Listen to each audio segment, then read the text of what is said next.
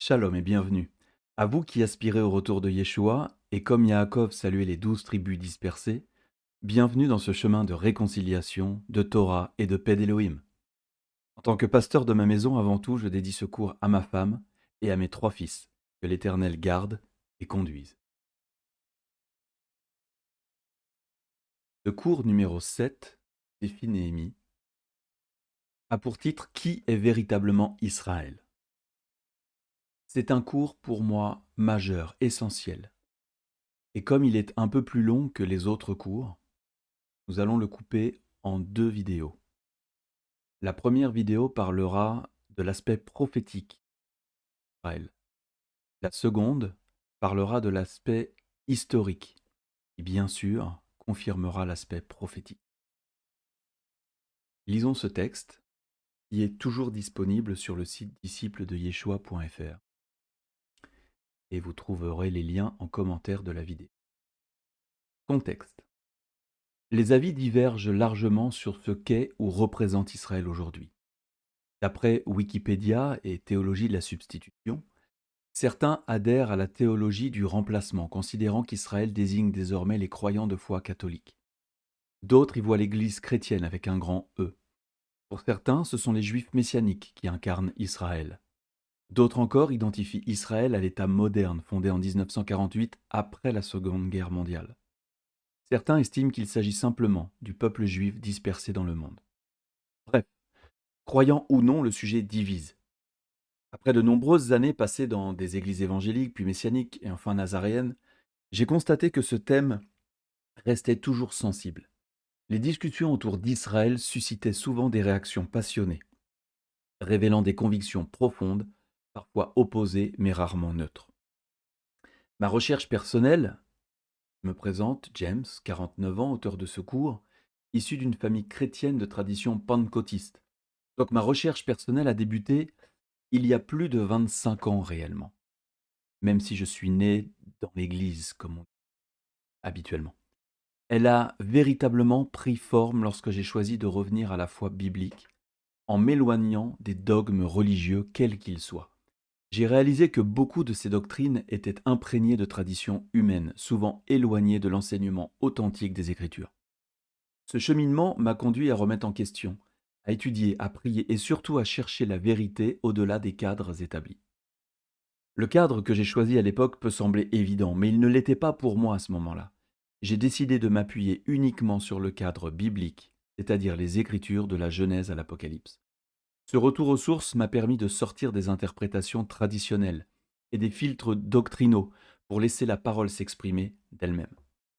C'était un choix radical, mais nécessaire pour retrouver une foi fondée sur la vérité et non sur des constructions humaines. Le retour aux Écritures a été un véritable choc. En me plongeant dans la Bible, sans les filtres des traditions religieuses, j'ai été confronté à des questions troublantes. Comment comprendre que le Shabbat, institué dès la Genèse et sanctifié par Elohim lui-même, ait été remplacé par le dimanche, jour sans fondement biblique pour le repos hebdomadaire? Comment expliquer que Noël, une fête d'origine païenne, ait pris la place des fêtes de l'Éternel, pourtant ordonnées et célébrées par Yeshua et les premiers disciples? Comment imaginer que la loi d'Élohim, décrite comme parfaite, éternelle et source de bénédiction, ait été transformée en une loi chrétienne, souvent vidée de ses fondements hébraïques? Ces découvertes ont bouleversé mes certitudes. Elles m'ont poussé à remettre en question non seulement ce que j'avais appris, mais aussi la manière dont l'histoire de la foi a été façonnée au fil des siècles. Revenant de loin dans ma compréhension des Écritures et cherchant chaque jour à étancher davantage cette soif de vérité, je me suis naturellement tourné vers ceux que je considérais comme les gardiens de la Torah, les rabbins. Au début des années 2000, beaucoup d'entre eux commençaient à utiliser Internet pour diffuser leurs enseignements. Cette accessibilité m'a profondément séduit. J'ai été captivé par la richesse de leur savoir, au point d'en venir à douter un temps du rôle de Yeshua dans ma vie. Mais grâce à Elohim, cette période de confusion n'a pas duré. L'Esprit Saint m'a rattrapé au vol, me ramenant avec douceur mais fermeté vers une autre compréhension, celle qui est au cœur même de ce cours, une compréhension réconciliant la Torah et Yeshua, réconciliant la vérité et la grâce, la lettre et l'esprit. Entre 2010 et 2018, mon étude approfondie de la Bible, croisée avec les enseignements rabbiniques, m'a conduit à de nouvelles remises en question. Peu à peu, certaines incohérences ont émergé, notamment autour de la célébration de Pessah. Ce fut un tournant. Comment se fait-il que cette fête si centrale dans les Écritures soit célébrée de manière si différente selon les traditions? Pourquoi tant de divergences sur les dates, les symboles et même le sens profond de cette commémoration? Ces interrogations ont ouvert la voie à un questionnement plus vaste, touchant à la manière dont la foi a été transmise, interprétée, parfois même déformée au fil des siècles. Les non-juifs, souvent appelés goïm, parfois de manière péjorative, sont-ils également concernés par la loi divine, par les fêtes de l'Éternel et les commandements alimentaires, par exemple? Que disent les écrits des apôtres? En 2015-2016, j'ai été profondément interpellé par la lecture de plusieurs passages bibliques. Des versets qui jusque-là me semblaient clairs et familiers prenaient soudain un tout autre sens. Je comprenais alors que ce n'était pas simplement une nouvelle lecture, mais une œuvre de l'Esprit Saint qui m'invitait à entrer dans une compréhension différente, plus profonde, plus alignée avec la pensée divine. Voici ce que Yeshua enseigna à ses disciples. Matthieu chapitre 10 verset 6. Allez plutôt vers les brebis perdues de la maison d'Israël. Matthieu 15, 24. Il répondit, je n'ai été envoyé qu'aux brebis perdues de la maison d'Israël. Jean 10, verset 16. J'ai encore d'autres brebis qui ne sont pas de cette bergerie. Celles-là, il faut que je les amène.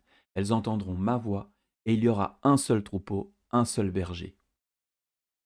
Pour moi qui pensais à l'époque que Israël, les Juifs étaient Israël, je ne comprenais pas ces textes. Comment Yeshua pourrait-il dire à ses amis qu'il a d'autres brebis qui ne sont pas de cette bergerie? Ou qu'il a été envoyé vers les brebis perdues de la maison d'Israël, si cela n'était pas vrai? Mais alors, qui est réellement cette maison d'Israël dont il parle? À l'époque où Yeshua marche sur la terre d'Israël, il vit au milieu des Juifs. Lui-même est juif, descendant du roi David, issu de la tribu de Juda. La généalogie de Matthieu, au chapitre 1, est sûrement celle de sa mère Myriam. Il respecte la Torah, fréquente les synagogues, célèbre les fêtes de l'Éternel et enseigne au sein de ce peuple auquel il appartient pleinement. Tout au long de sa vie terrestre, l'identité juive de Yeshua est constamment affirmée.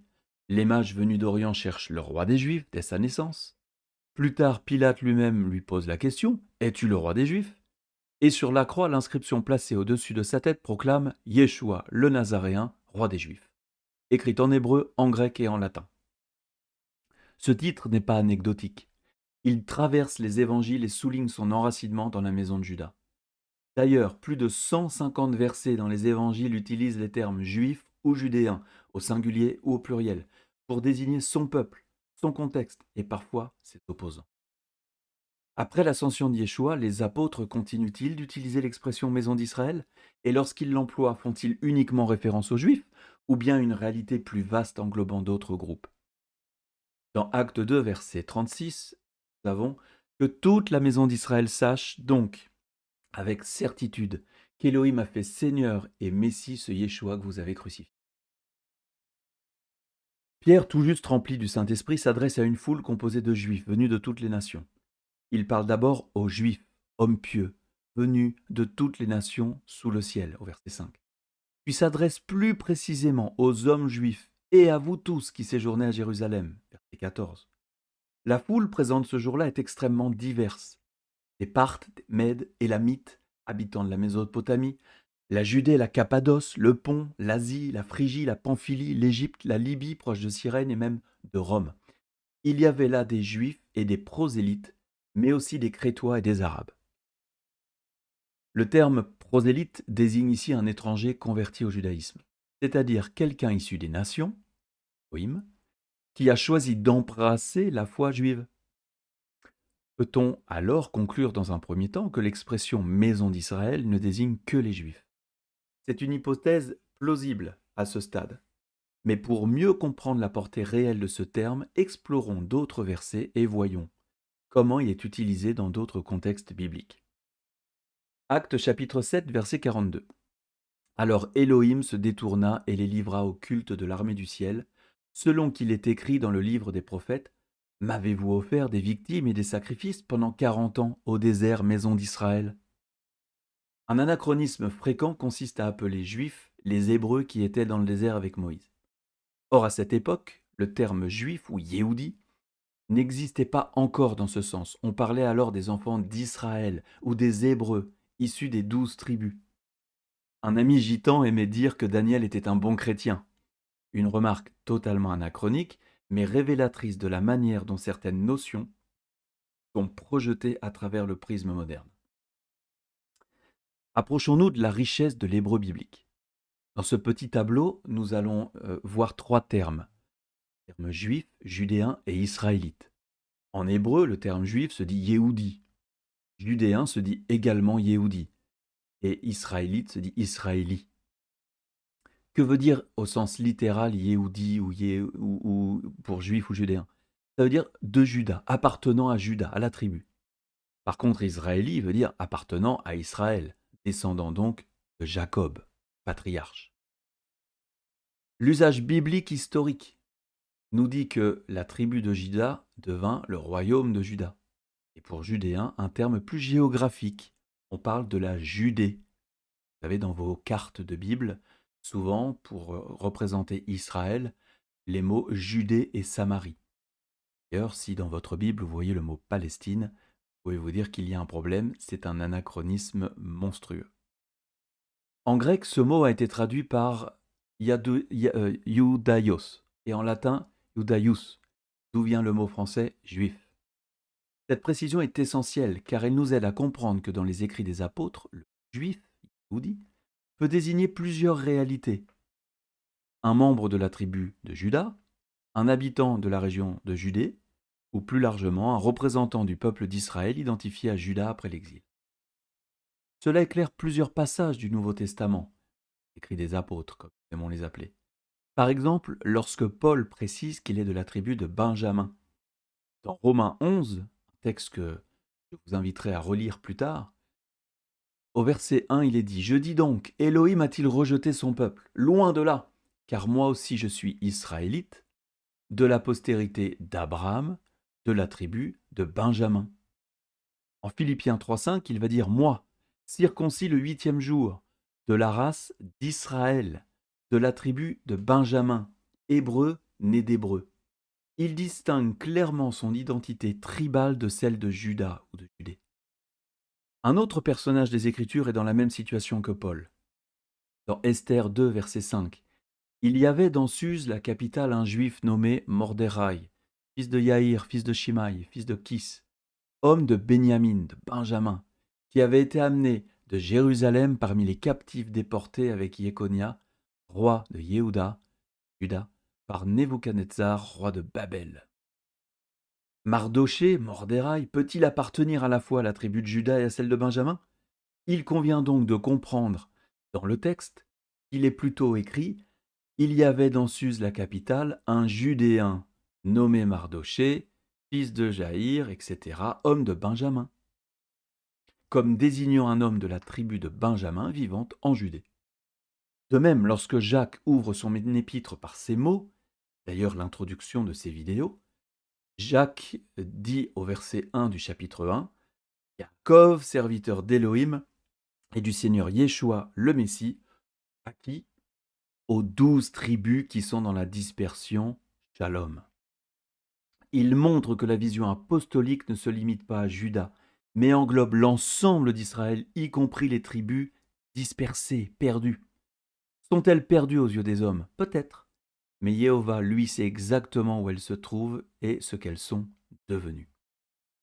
Cela nous aide à mieux saisir aujourd'hui pourquoi Yeshua a confié à ses disciples une mission universelle, celle d'aller à travers le monde pour faire des disciples parmi toutes les nations.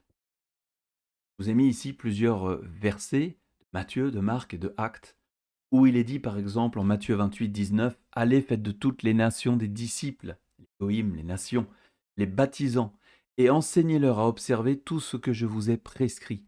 Et voici, je suis avec vous tous les jours jusqu'à la fin du monde. » Marc nous le rappelle aussi au verset 15 du chapitre 16. Puis il leur dit, « Allez par tout le monde, prêchez la bonne nouvelle à toute la création. » Et enfin dans Actes 28, 28, « Sachez donc que ce salut d'Élohim a été envoyé aux païens et qu'ils l'écouteront. » Cette précision ne diminue en rien le rôle du juif dans l'histoire biblique et spirituelle.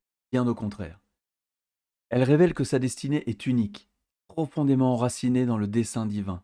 Loin d'être effacée, l'identité juive est mise en lumière comme un canal essentiel de la révélation. Malgré les siècles de souffrance, pogroms, exil et persécutions, le peuple juif a conservé, protégé et transmis les Écritures avec une fidélité remarquable. C'est grâce à cette persévérance que nous pouvons encore aujourd'hui lire la parole d'Élohim sans qu'elle ait été altérée. C'est entrer dans l'héritage spirituel qu'elle contient. Le peuple juif est le gardien fidèle de la transmission des Écritures depuis plus de 2000 ans. Il est essentiel de rappeler que les apôtres, les premiers disciples et les premiers missionnaires même étaient tous juifs ou judéens. Un autre écrit attribué à l'auteur de l'Épître aux Hébreux annonce une chose étonnante, un élément qui servira de transition vers la suite de notre étude. Dans Hébreux chapitre 8, verset 8, « Car c'est avec l'expression d'un blâme que le Seigneur dit à Israël, « Voici les jours viennent, dit le Seigneur, où je ferai avec la maison d'Israël et la maison de Juda une alliance nouvelle. Mais voici l'alliance que je ferai avec la maison d'Israël. Après ces jours-là, dit le Seigneur, je mettrai mes lois dans leur esprit, je les écrirai dans leur cœur, et je serai leur Élohim, et ils seront mon peuple. » Dès le premier verset, une distinction claire est faite entre la maison d'Israël et la maison de Juda, tandis qu'il est question d'une alliance nouvelle. Cette déclaration prophétique ne nous semble-t-elle pas familière? Ne l'avons-nous pas déjà rencontrée ailleurs dans les Écritures? Ici, je vous laisse lire Jérémie 31, du verset 31 au 34. Pourquoi je ne le lis pas? Parce que nous allons le développer dans l'extrait du cours de Netivot Olam sur la paracha Nitzavim. Paracha Nitzavim, c'est Deutéronome 29, 9 à 30 au verset 20. Et cette paracha explique justement ce qu'est la nouvelle alliance, l'alliance nouvelle dont il est question dans Hébreux 8. Nous la retrouvons donc dans Jérémie 31, mais elle fait rappel à un autre passage de Deutéronome 29. On peut remarquer, en continuant la lecture, que la nouvelle alliance décrite par Jérémie est la même que celle faite à Moab, en comparaison avec l'alliance du Sinaï. En gros, le Sinaï, c'est à la sortie d'Égypte, Moab, c'est 40 ans après le désert. Dans Deutéronome, voyons la première colonne, il est dit, au verset 1 de Deutéronome 29, « Ce sont là les termes du pacte que l'Éternel ordonna à Moïse d'établir avec les enfants d'Israël dans le pays de Moab, indépendamment du pacte qu'il avait conclu avec eux à Horeb. » C'est le mont Sinaï.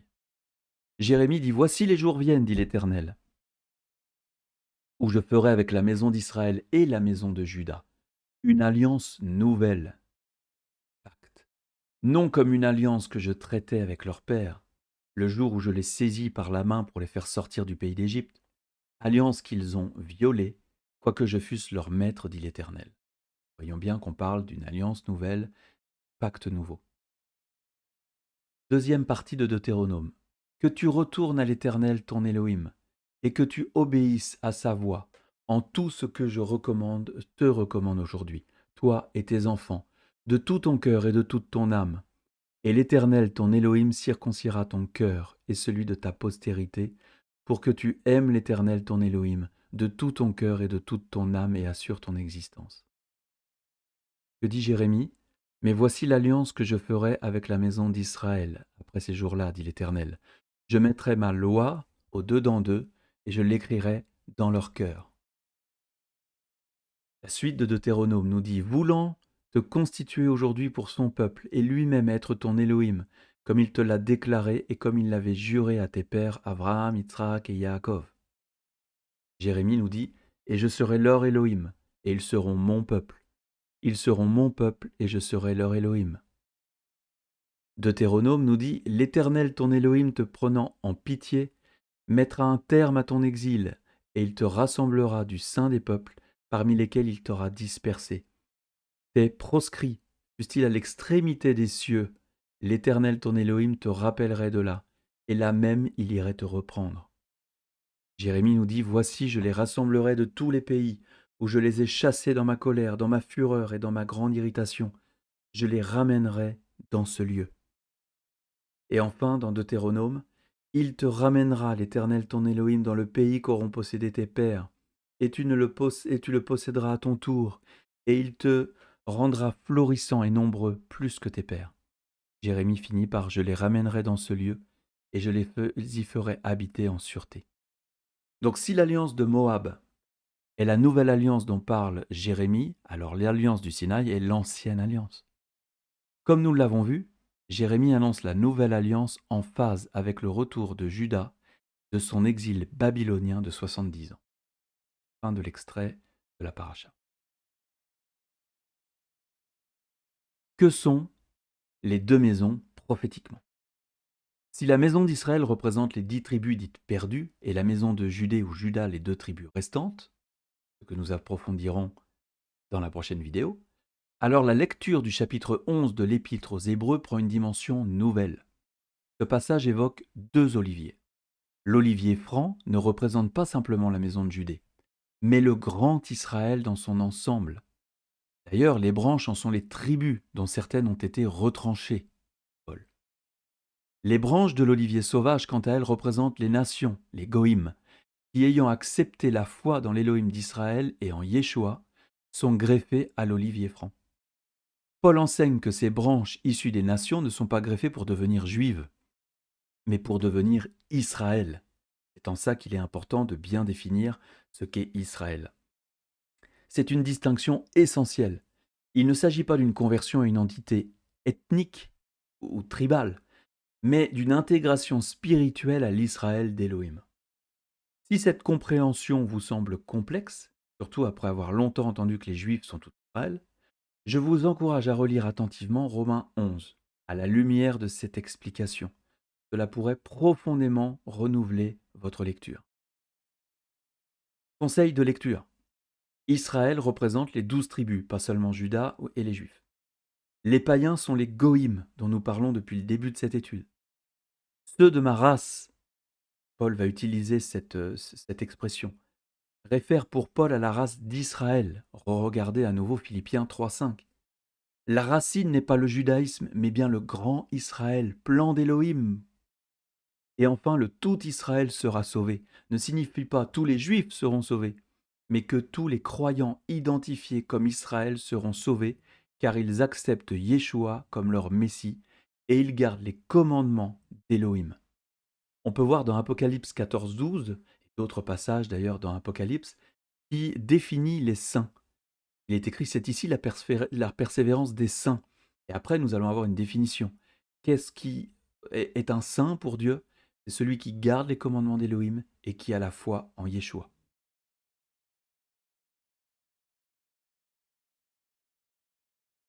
Ici, nous avons quelques extraits du chapitre 11 de Romains. Je dirai quelques détails qui ne sont pas importants pour notre thème d'aujourd'hui, mais que je vous invite fortement à relire, à étudier, à comprendre dans cette nouvelle optique que quand Paul parle d'Israël, il ne parle pas des Juifs uniquement qui sont une tribu sur les 12. Dans Romains 11, l'apôtre Paul évoque donc 2 oliviers symbolisant 2 réalités spirituelles distinctes. Existe-t-il ailleurs dans les Écritures un passage où il est aussi question de 2 arbres, destinés à être réunis à la fin des temps? Prenons le temps d'étudier Ézéchiel 37. Ce chapitre nous présente 2 visions prophétiques reçues par Ézéchiel de la part de Jéhovah. La première, celle de la vallée des ossements desséchés, du verset 1 au verset 14. Cette prophétie est souvent interprétée par certains commentateurs comme une allusion au retour des Juifs après les pogroms et surtout après la Shoah. Selon cette lecture, les os desséchés représenteraient le peuple juif meurtri et leur retour à la vie symboliserait la renaissance nationale d'Israël au XXe siècle. Pourquoi pas? Mais à la lumière du texte lui-même et de ce que nous venons de comprendre, peut-on réellement affirmer que telle était l'intention de l'Éternel et du prophète? Le contexte historique d'Ézéchiel est celui de l'exil à Babylone, et la vision s'adresse explicitement à toute la maison d'Israël. Verset 11. Non seulement à Juda. Il s'agit d'une promesse de restauration nationale et spirituelle, d'un retour à la vie à la terre et à la relation avec Elohim. Ainsi, bien que l'interprétation moderne puisse avoir une portée symbolique ou inspirante, elle ne reflète pas nécessairement le sens premier du texte. La prophétie semble viser une restauration plus large, englobant l'ensemble du peuple d'Israël dans une perspective eschatologique. Que nous révèle cette prophétie? L'Éternel transporte Ézéchiel en esprit dans une vallée remplie d'ossements desséchés. Ces os éparpillés et sans vie symbolisent un peuple totalement abattu sans espérance. Sur l'ordre d'Élohim, Ézéchiel prophétise sur ces os. Alors un processus extraordinaire se déclenche. Les os se rassemblent, des nerfs se forment, la chair les recouvre, puis la peau. Pourtant, il leur manque encore l'essentiel, l'esprit. Élohim ordonne alors une seconde prophétie, cette fois appelée à l'esprit. Celui-ci souffle des quatre vents, entre dans les corps, et ils reprennent vie. Ils se tiennent debout, formant une armée immense. Le verset 11 donne l'interprétation divine de cette vision. Fils de l'homme, ses os, c'est toute la maison d'Israël. L'Éternel poursuit en annonçant qu'il ouvrira les tombeaux, les fera sortir de leurs sépulcres et les ramènera dans le pays d'Israël. Il promet de mettre son esprit en eux afin qu'ils vivent pleinement et sachent qu'il est l'Éternel. La seule action prophétique qui permet à toute la maison d'Israël de revenir sur la terre promise est la résurrection des morts. Dans ce passage, la maison d'Israël ne désigne pas uniquement les Juifs, mais bien l'ensemble des croyants qui, à la fin des temps, seront ressuscités. Comment en être sûr? Il suffit de lire la seconde partie du chapitre, la prophétie sur le rassemblement des deux bois. À partir du verset 15, l'Éternel Jéhovah s'adresse au Fils de l'homme, Yeshua, et lui demande de prendre deux morceaux de bois. Le mot hébreu utilisé est etz, qui signifie arbre ou bois en hébreu. Sur le premier, il doit écrire pour Judas et pour les enfants d'Israël qui lui sont associés. Et sur le second, pour Joseph, bois d'Éphraïm, et de toute la maison d'Israël qui lui est associée. Jéhovah ordonne ensuite de rapprocher les deux arbres, afin qu'ils n'en forment plus qu'un seul dans la main du Fils de l'homme. L'explication de ce geste symbolique est donnée à partir du verset 21. Il s'agit du rassemblement des deux royaumes, Juda et Israël, en une seule nation unie, sous un seul roi, dans le pays promis. Si vous avez le texte sous les yeux, je vous invite à le lire et, encore une fois, comprenez bien les passages, comprenez bien que quand il est parlé de maison d'Israël et maison de Juda, on parle bien de deux entités. Cette prophétie s'est-elle déjà accomplie? Et la distinction entre la maison d'Israël et la maison de Juda n'est-elle pas clairement établie dans le texte? Le roi en question n'est-il pas Yeshua, celui que nous attendons pour son règne éternel? Rappelons rapidement que le royaume dont il est question est écrit dans Apocalypse. Nous allons le lire. Apocalypse 21, verset 2. Et je vis descendre du ciel d'auprès d'Élohim la ville sainte, la nouvelle Jérusalem, préparée comme une épouse qui s'est parée pour son époux. Et il me transporta en esprit sur une grande et haute montagne. Et il me montra la ville sainte Jérusalem qui descendait du ciel d'auprès d'Élohim, ayant la gloire d'Élohim. Son éclat était semblable à celui d'une pierre très précieuse, d'une pierre de jaspe transparente comme du cristal. Elle avait une grande et haute muraille, elle avait 12 portes, et sur les 12 portes 12 anges, et des noms écrits, ceux des 12 tribus des fils d'Israël. À l'Orient, 3 portes, au nord, 3 portes, au midi, 3 portes, et à l'Occident, 3 portes. La muraille de la ville avait 12 fondements, et sur eux les 12 noms des 12 apôtres de l'agneau. La ville a 12 portes, portant les noms des tribus d'Israël. Pourquoi n'y a-t-il pas de portes pour les chrétiens? Remarquez que les portes sont 4 points cardinaux, comme s'ils devaient accueillir et ramener tous les dispersés des 4 vents. Donc pourquoi il n'y a pas de porte pour les chrétiens? Tout simplement parce que les véritables disciples du Messie, ceux qui croient en Yeshua, qui sont nés d'en haut, nés de nouveau, qui se sont repentis de leurs péchés, qui reconnaissent Yeshua non seulement comme leur sauveur, mais aussi comme leur maître et seigneur, font partie d'Israël. Ceux qui ont été entièrement immergés dans l'eau, qui ont reçu l'onction du Saint-Esprit et qui marchent dans l'obéissance au commandement d'Élohim, dans un chemin de sanctification, entreront par l'une des portes des tribus d'Israël. Les deux arbres d'Ézéchiel 37 représentent la réunification que l'Éternel accomplit à la fin des temps.